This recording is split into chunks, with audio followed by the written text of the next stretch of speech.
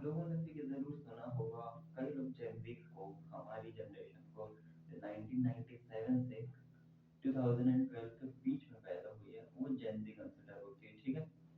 आप लोगों ने अभी कितना ट्रेंड चला है, कितना सुना होगा आप लोगों ने कि जेन ज़ी जो है, वो कैसे देश को बर्बाद कर रहे हैं, कैसे देश में नेगेटिव चेंजेस भी ला रहे हैं। इवन इफ हम इंडिया की बात करें, तो इंडिया में तो कॉकरोच तक बोला गया है इंडिया की यूथ को, स्पेसिफिकली यूथ को, ठीक है? बट ये कोई पॉलिटिकल हम बात नहीं करने जा रहे हैं, दैट्स नॉट आवर केस।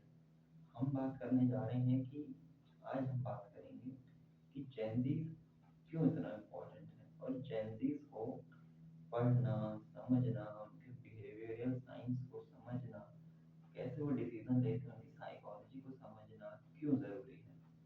देखो, इफ यू आर एनीवन, आप अगर कोई बिजनेस ओनर हैं, आप कोई एस्पायरिंग एंटरप्रेन्योर हैं, आप कोई न्यू न्यू वर्क प्लेस में किसी में इंटर्न हैं कोई, या नई नई कहीं जॉब ढूंढ रहे हैं, तो आपको ये समझने की तो बहुत ज़रूरत होगी। इवन आप अगर एक बड़े बिजनेस के भी ओनर हैं, तो ये आपको समझना ही पड़ेगा, क्योंकि अभी कुछ सालों बाद तो ये तो होगा कि जो पुरानी जनरेशन है, ये सब धीरे धीरे खत्म होगी, समय के साथ ही होता ही है।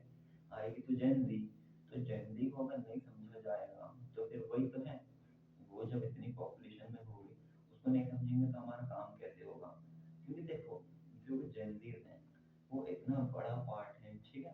पर जैन ज़ी इतना बड़ा पार्ट है, अभी भी होने भी वाले हैं, जैन इतना बड़ा पार्ट होने वाले हैं, यूथ है यार बेसिकली। तो समझना तो ऑब्वियसली इनको पड़ेगा ही, चाहे हम कुछ भी करें। तो मैंने रिसेंटली, आप आप लोग भी ऐसे कई रिसर्च पढ़ सकते हैं, मैंने भी कई रिसर्च पेपर पढ़े जेन ज़ी के ऊपर, ठीक है? जेन ज़ी के ऊपर रिसर्च हुई, तो उसमें मैंने बहुत सारा उनका बिहेवियर समझा। क्योंकि देखो यार, जो जेन ज़ी हैं वो डिफरेंट है, पुरानी जनरेशन से बहुत डिफरेंट है। क्योंकि वो ना ऐसे प्रोडक्ट की चकाचौंध में आके वो डिसीजन नहीं लेते हैं। मैंने कुछ जगह पढ़ा, डिलॉइट में पढ़ा था मैंने, कि जो जेनजीज हैं वो अपने जो मेजर लाइफ डिसीजन होते हैं, जैसे कि 55% जेनजीज, जैसे कि घर खरीदना, शादी करना, वही सब डिले करते जा रहे हैं। क्यों? क्योंकि वो पहले ये सोचते हैं कि जब हम फाइनेंशियल स्टेबल होंगे, तब हम शादी वगैरह सब करेंगे, घर खरीदेंगे, क्योंकि एक फाइनेंशियल स्ट्रेन नहीं आना चाहिए। जबकि पुरानी जनरेशन में क्या मानना चाहता था कि आपकी एज हो गई, आप शादी कर लो, बाकी सब तो चलता रहेगा। पर जेन उसको बदल रहे हैं कि हम पहले स्टेबल होंगे, उसके बाद फिर शादी करेंगे, घर खरीदेंगे, एकदम स्टेबल होकर फालतू फाइनेंशियल स्ट्रेन नहीं लेना, लोन में नहीं पड़ना, और जिंदगी ऐसे गंवाना नहीं है, ठीक है? ये तो ऑब्वियसली अच्छी बात है, ऑब्वियसली अच्छी बात है, इसमें कुछ बुरा नहीं है। पर कई बुरी बातें भी हैं जो हमको समझना पड़ेगा, जो कि हम आगे आने वाले वीडियोस में डिस्कस करेंगे। ये तो सिर्फ ऐसे ही एक वीडियो बनाया मैंने, बाकी हम आगे आने वाले टॉपिक्स पे खूब डिस्कशन करेंगे, अलग अलग पार्ट्स में बनाएंगे वीडियोस, अलग अलग टॉपिक्स पे डिस्कशन करेंगे। क्योंकि देखो, अगर आपने सुना नहीं होगा, तो इंडिया इंडिया में जो ये जेनजीज को कॉशियस बायर बोला जाता है। कॉकरोच नहीं बोल रहा मैं कॉशियस बायर बोल रहा हूँ, कॉशियस बायर, जो मतलब है कॉशन के साथ कुछ भी चीज खरीदता है। क्योंकि देखो, आप अभी भी देखोगे ना, ये एक पैटर्न चल रहा है, इधर जैन कुछ भी खरीदेंगे ना, तो बस ऐसे ही देख के खरीद लिया, मार्केटिंग पे आगे खरीदी नहीं, ये चेंज हो रहा है। अब ऑब्वियसली इसमें भी ऐसा नहीं है कि ये ट्रू है, पर ये चेंज हो रहा है कि वो लोग पहले उसको समझते हैं, वो पहले जो प्रोडक्ट क्या है, वो असल में इतना वर्किंग है कि उसमें पैसा लगाना चाहिए, उसके रिव्यूज पढ़ते हैं, और बाकी ऑनलाइन कुछ रिसर्च करके ही अपने पैसे लगाते हैं।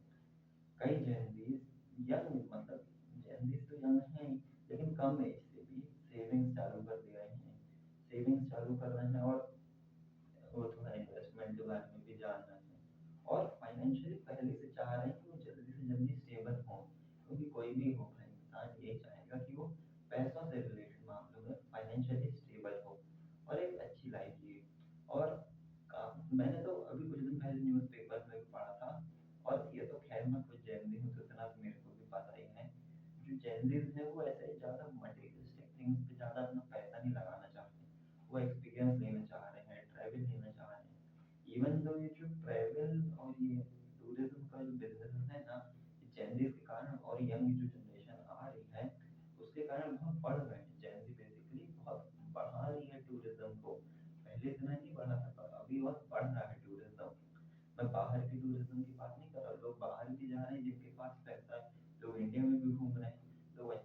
एक्सपीरियंसेस लेना चाह रहे हैं। तो पहले अगर धंधा उनका नॉर्मल चलता था, तो अभी बूम आ रहा है जेन ज़ी के कारण।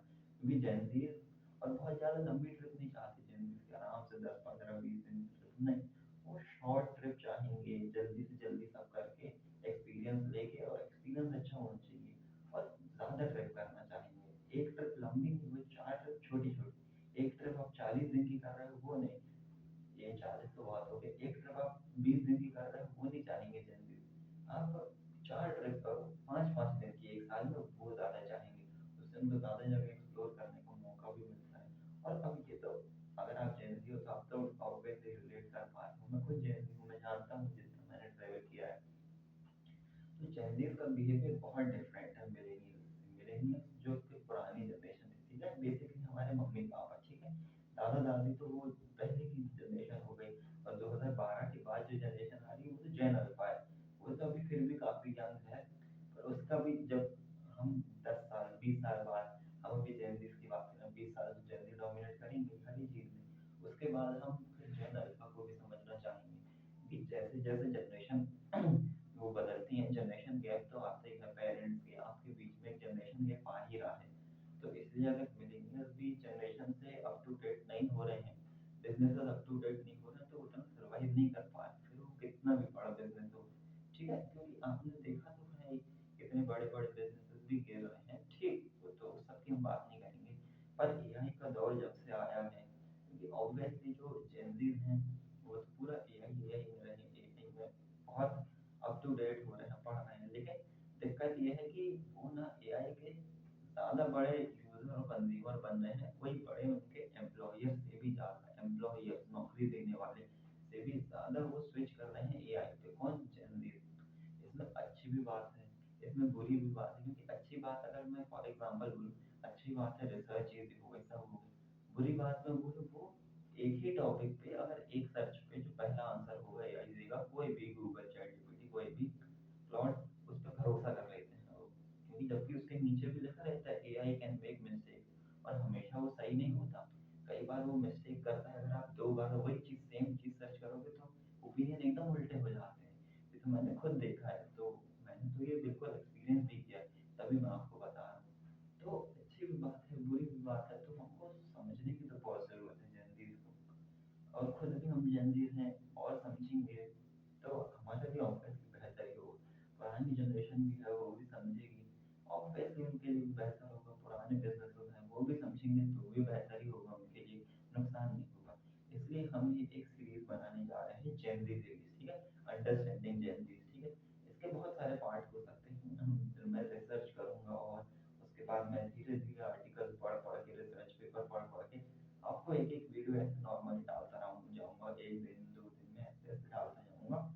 तो आप अगर इंटरेस्टेड हैं, तो आप बिल्कुल ज़रूर देखना चाहिए, मैं तो बोलूँगा। क्योंकि जेनज़ी को अभी नहीं समझोगे ना, तो जेनज़ी जब आ जाएगा ना, तब उनको समझने जाओगे ना, तो फिर वो हो सकता है वो लेट भी हो जाए। अभी तो आपने ज़ेरोधा के फाउंडर को तो आप सब जानते हो, निखिल कामत।